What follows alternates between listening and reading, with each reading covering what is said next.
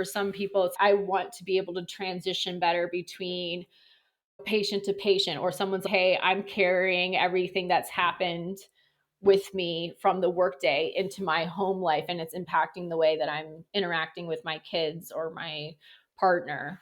So it's understanding what their specific challenges might be, and then helping them apply a tool within those types of challenges.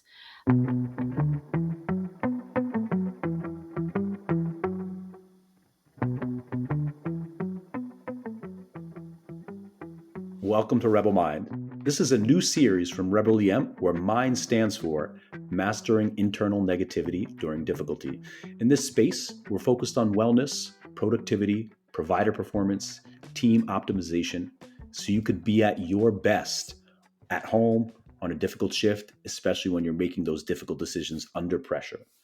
And at Rebel, we've partnered with Arena Labs. This is a company that's using science-based performance platform to help folks like us in the healthcare space, to help us manage stress, improve our overall well-being. And they use data from wearable sensors that give feedback, and they provide valuable insights via personalized coaching through their Arena Strive platforms. This is all to help us clinicians build resilience, better understand how to manage our stressors to relieve burnout. And we're hoping to take this partnership to the next level. We're offering a limited availability coaching program that's kicking off on March 3rd. For just under $1,000, you get one-on-one coaching through Arena Strive app. It includes 2 dedicated coaching calls, real-time chat access to your coach, and you'll be able to set up this wearable sensor to get access to over 200 expert videos and 30 performance tools specifically designed for navigating mental and physical stressors of your daily emergency medicine life. And after the program, you'll be able to retain access to your wearable device and have this content for up to 1 year. Now, given the unique demands of emergency medicine, this program is going to be particularly meaningful and give us the tools to help deal with the night shifts, the codes, the constant stress, high stakes decision making. This cohort is going to be able to contribute to a large scale anonymous data initiative. And we're working to showcase the physiologic reality of emergency medicine in ways that have never been documented before. So if you're interested, we'll put the link in the show notes, and we're going to have an ad on Rebel EM. So just head over to the site and join the cohort. Today, I'm here with Jackie Penn. She is the head of coaching, and we are going to discuss the power of performance coaching in medicine. Jackie, welcome to Rebel Mind. It's great to have you. Thank you so much for having me. It's exciting to be here. It's awesome. So Jackie, first question, this is a doozy. Start with this one every single time. Tell the world something they don't know about you. Oh my gosh. Oh, wow. Doesn't everyone know everything about everyone these days? I mean, if you close to me, you do know this about me, but I don't necessarily, I guess, shout it from the rooftops. But I am at heart a horse girl. I've been a horse girl since I was very young, and I've, not always been able to keep up with riding. But for me, it's one of the great joys, I guess you could say, in life. And we talk about sort of this idea of having a third thing within your life, kind of that's maybe outside the space of your work or your family. And for me, that's always been horses. And so that makes me a little weird, a little nerdy, but I would say it probably encompasses a lot of my different personality traits. That's awesome. So I had a patient not too long ago that rode horses, and she was thrown off a horse. So a person who rides a horse is called an equestrian? An equestrian, An yes. equestrian. Okay. Yeah, See. that's the fancy term. I think for some of us, it's just horse girl. We never made it to the equestrian Horse level. girl. Yeah. All right, Jackie, I won't call you horse girl, I promise. Can you tell us a little bit about your background in digital coaching and how did you get into this space? Yeah, it's a good question. My path to digital coaching started, I think, long before digital coaching was a thing.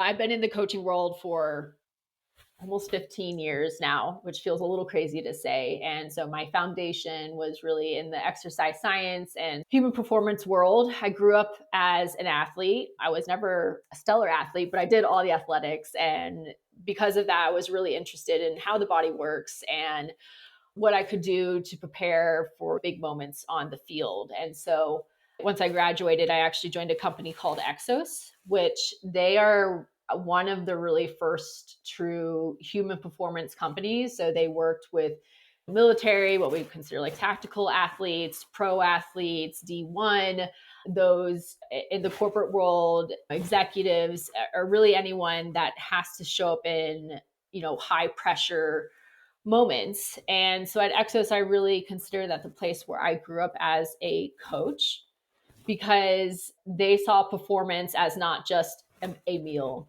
or a workout. For them, it's 4 pillars of performance. I think a lot of different performance companies have these different pillars of performance. So it depends on who you talk to. But this idea of your mindset, your movement, your fuel, and your recovery.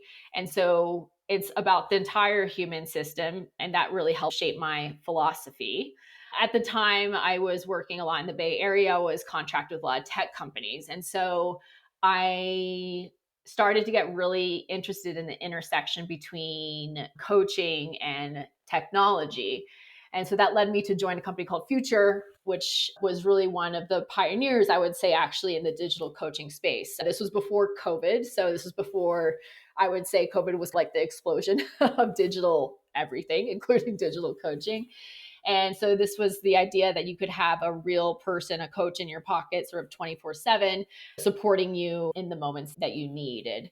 And so I got to see the challenges, but also the effectiveness of being able to deliver coaching, during times that people need it the most, and to a greater amount of people to have that accessibility. Because sometimes getting those in-person sessions can be difficult, or if you just have 5 minutes and you need a tool right now, the digital solution is a really great way to go. So that's kind of been the long meandering journey of moving into digital coaching. Yeah. So next question is, with that being said, how did you come to find Arena Labs? And second part of that is, what specifically draws you to working with healthcare professionals and ER Yeah. docs like myself? Yeah. So I actually found Arena through a mutual connection in the performance world. And he was like, hey, you need to talk to Brian. He's building something really special. Honestly, I didn't have a ton of experience working with healthcare at that time. And so I had a huge amount of respect for it, but it was a little bit foggier to me. And so once I started talking with Brian and hearing directly about what clinicians are facing day in and day out, that really started to shift something for me. There's a lot of principles that we use with elite performers, whether it is in the athletic space or the military space, that are actually are really relevant for healthcare. But healthcare doesn't get the training or the coaching or the tools to learn these strategies used in other high performance spaces.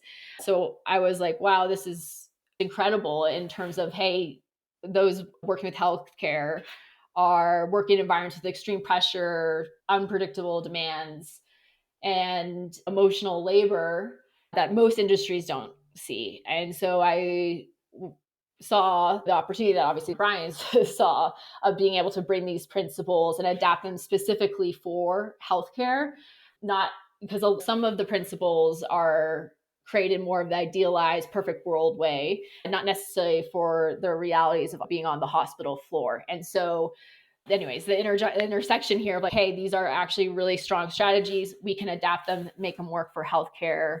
And that became a really important calling for me, because it felt like a place where we could generally make a difference in people's lives that don't necessarily get that support. Yeah, I think it's really impactful what I don't know if it's the message or the purpose of Arena is. I think wellness and burnout is becoming a huge topic and probably exploded in the last 10 years. But I don't want to say it's too late, but it would be nice for folks and for people in healthcare to get this stuff at the beginning of their Mm-hmm. career when they put themselves in these difficult situations or have stressful shifts or just any number of things. It's like, hey, I already have the tools because I've been trained in medical school or college or even in residency. And it's just right now, it almost feels like burnout and wellness, it's like a me problem. Like I have to seek out my own solutions because, to my knowledge, I don't think hospitals are doing a good enough job, or systems in general are doing a good enough job, or giving folks access to tools, or making it part of an educational requirement before they get themselves into that. residency life or post-residency life where they're grinding away for X amount of hours per shift and per day. Yeah, 100%. I agree with you. It's never too late to start learning these strategies and tools, but there is benefit to learning them sooner rather than later because it comes with, as you start practicing these tools, they get easier to implement. And especially when you're dealing with increasingly stressful periods.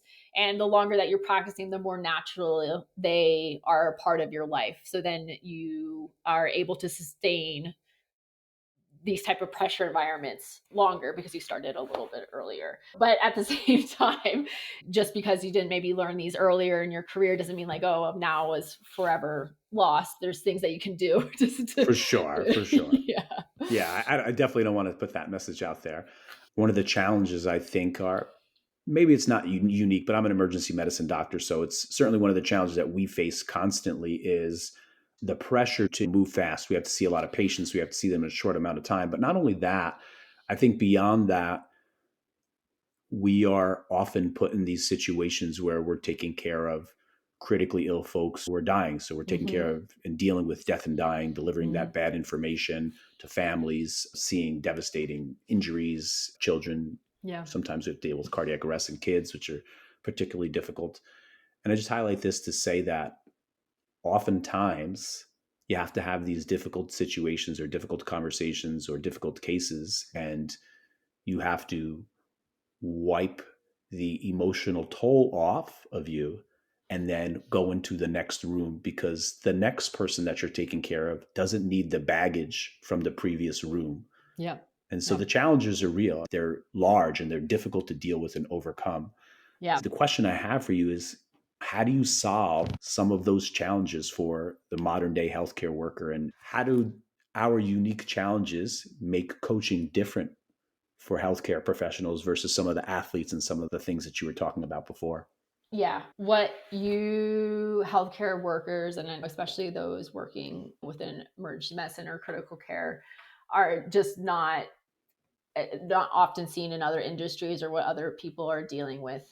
And so understanding that reality, especially as a coach, is really important so that we can be able to speak to what you are experiencing and what you are going through because the strategies can land flat, right, if we don't take into consideration the unique realities that you're operating within. I think in terms of how do we help someone, it's important to understand who they are also as a unique individual, right? Everyone who comes into coaching may have slightly different goals or slightly different realities that they're living within because there is the reality of working within the healthcare space and there's the reality of what happens when you go home at night. Do you have little kids that you're caring for? Do you have aging parents that you're caring for? And making sure that you are understanding the whole picture of that individual so that we're speaking to also the moments that matter. For some people, it's, I want to be able to transition better between patient to patient, or someone's, hey, I'm carrying everything that's happened with me from the workday into my home life, and it's impacting the way that I'm interacting with my kids or my partner. And so it's understanding what their specific challenges might be, and then helping them apply a tool within those types of challenges. A tool that I often talk about with, especially when it comes between when you're moving from patient to patient, is you obviously you don't often have a lot of time, right? It's going, you're running from one thing to the next, and so your nervous system tends to be a little bit upregulated, and we need to find a way to calm it down. So practicing, I know it sounds simple, but practicing something as like a de-stress breath or an extended exhale where you're just trying to get your exhale to be longer than in your inhale for a few moments before you transition can help in some ways put your mind off maybe what has happened previously and then help on a more physiological base down regulate your nervous system so you're coming in a little bit more present to that next room. That same principle could technically maybe apply for, hey, I'm leaving the hospital and I'm about to get in my car. How do I now start to transition from being on the floor to moving into my regular life. These are very specific tactical tools. I think what I am trying to say is it's important to understand where people are feeling the pressure or the most, I don't want to say angst, but challenges, and then set up from there and provide some guidance. I think what's also important is like these are specific, again, tactical in the moment tools, but we also want to think about how do we set up yourself for success on a longer scale. Hey, coming into, if you have a long shift, how are we thinking about setting up your nutrition the best way possible to support your energy during that shift? So there's multiple pieces to this that just kind of comes into, hey, what are short-term strategies that we think about to help you in some more of these moments? And then what are like more longer term strategies to help set you up physiologically so you can best show up in the ways that you want to? Yeah, I have to say, I really like the de stress breath. And I can't tell you how many times that I've heard others Yeah. and even myself say in emergency medicine, probably other things, you just can't turn your brain off. You're just like in this high level Mm-hmm. situation where all these different patients, you have this tremendous cognitive load and you have this pressure to be like on. And then there's this just like emotional dump after you leave your shift and just can't turn your Mm-hmm. brain off because you're worried about, hey, did I do this? Did I do that? Did I forget to sign this patient out? Yeah. Yeah, I really like the idea of having a de-stress breath after your shift to just help unload and decompress. Yeah, and I think that's like the start of it. I think the other tool that I think can be really helpful is we talk about something called the transition protocol. So, on your way home, finding a point in your journey, whether it's a stoplight or the McDonald's on a certain corner, maybe a tree, that you're like, okay, you let yourself kind of ruminate on things that happened up to that point, and then you're saying, okay, hey, I'm moving from physician Jackie to home Jackie, and now I'm gonna, it's okay to leave those things. I can pick them back up tomorrow. And I want to focus on being present with my family and just trying to reinforce picking that moment. This comes with practice. So it might sound simple, but over time, these things really become like cues within the brain to help you sort of move from, various settings or different moments of pressure. Yeah, all great tips again. I just want to move on a little bit to wearables because a big part of the coaching and the program is about the wearable device. Mm-hmm. So, what do they capture and what do Mm-hmm. they add to the coaching? Yeah. So the wearable device, we're looking at two main metrics. We're looking at HRV, so heart rate variability, just very high level as a measure of your autonomic nervous system and helps us understand how well you are recovering because HRV, we measure it overnight. And so generally, and I say generally, because a higher HRV means you're a little bit more better recovered, better ready to take on stressors in the day.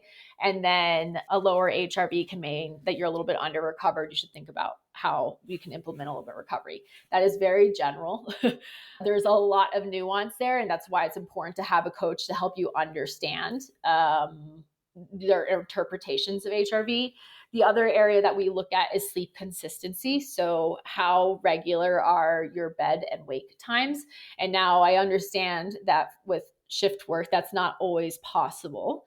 But there are, if you are going on different periods of where you have extended times of different shifts, you want to try to maintain that consistency as much as possible. Again, this is why it's important to have a coach because it's going to be dependent on what your shift and schedule will look like. So those are the two main metrics that we are looking at. And so what these do is help give us an objective measure on how things are going. And I see it in two primary ways. The biggest way that wearables are useful is by a feedback mechanism, right? So I am going to try using this new tool or strategy. And I want to see, is that objectively helping some of these numbers? And so it can give you that feedback mechanism. That's one way that these can be powerful. The second way is they can kind of be proactive indicators of something if you're maybe moving into a state that you don't want to be in. So if we're continuously seeing, hey, your HRV is trending down, trending down, trending down, it's like, hey, we might want to consider some proactive recovery strategies to bring you up closer to what your baseline is. I want to also say, these numbers aren't the end all be all. They're just information for you to make decisions on your habits or behaviors or understand what's working for you so that you can ultimately make the best behavior or habit decisions. All right, I have a scenario for you. So let me know when you're ready. Okay. Okay. So my shop, I have 6 nocturnists, and I actually feel pretty fortunate because it's a huge benefit to the rest of us. But one of the challenges I hear often from these folks is their struggle from shifting from a string of nights to kind of back in their daily Mm-hmm. routine with family and kids and working out. And what I noticed for myself and even from the docs is perhaps when you're fresh out of residency and you don't have the challenges of mortgage and kids and this and that, that the recovery time is shorter. And now some of my folks are struggling with really long recovery times, day and a half, 2 days to kind of get back on track. So Mm-hmm. walk me through what a coaching conversation would look like for Marco, the nocturnist who is struggling because he has 3 kids and a wife and a mortgage, and takes him 2 days to get back into family life after 3 nights in a row, which would be Mm-hmm. typical. Yeah, I think that makes a lot of sense. I mean, the first part of that conversation would probably be diving a little bit deeper into their unique structures that they have and what are the demands when they are getting home. But I would actually first start on the days that they are working night shifts and think about how do they optimize their recovery during those days, and then so that can make the switch a little bit easier on when they're going back to their regular shifts. So there's kind of three main levers that you want to think about pulling. So there's light exposure, there's how we think about fueling, and there's actually how we think about movement. So now, generally, light exposure, if you're getting exposed to the full spectrum light, that is going to tell your body that you need to be waking up. So let's say that you are on a night shift, but you're going to kind of continue on these night shifts. If you're coming home, on the way home, in order to avoid the light exposure from morning sun that might be coming up, it's going to be really important to try to wear sunglasses, UV blocky glasses, or a hat to try to keep it nice and dim. You're going to try to make your way home. If you can, to the best of your ability, try to keep your environment calm. Again, if you're dealing with kids or things of that nature, that is going to be an important thing to recognize. But if you can enter with a calm demeanor in those interactions, that is going to be helpful. And then from there, generally, you want to think about having a light meal before you're going to sleep. If you have big, heavy meals before your main sleep time, that is actually disruptive to your digestion process. You might actually not feel as well rested. And then try to get your sleep.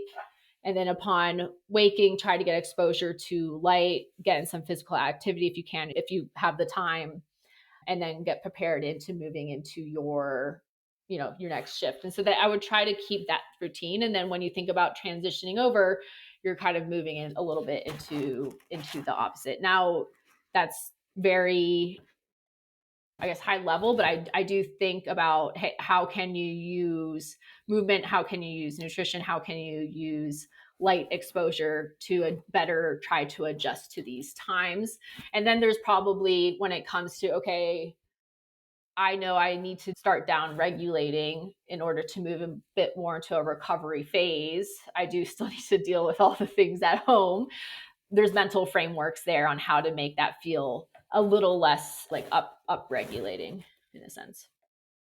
Yeah, those two things that really stood out to me were fuel and movement, and not specifically in that scenario, but I think moving on to the next thought is just the idea that as healthcare workers in general, and I don't even just mean ER docs, I mean nurses, I mean, techs, anybody doing this type of shift work, we're just really bad at taking care of ourselves and some of our physical needs. Yeah. So how do you take those tools and how do you create sustainable behavior change for folks who are used to putting everybody else first? Yeah.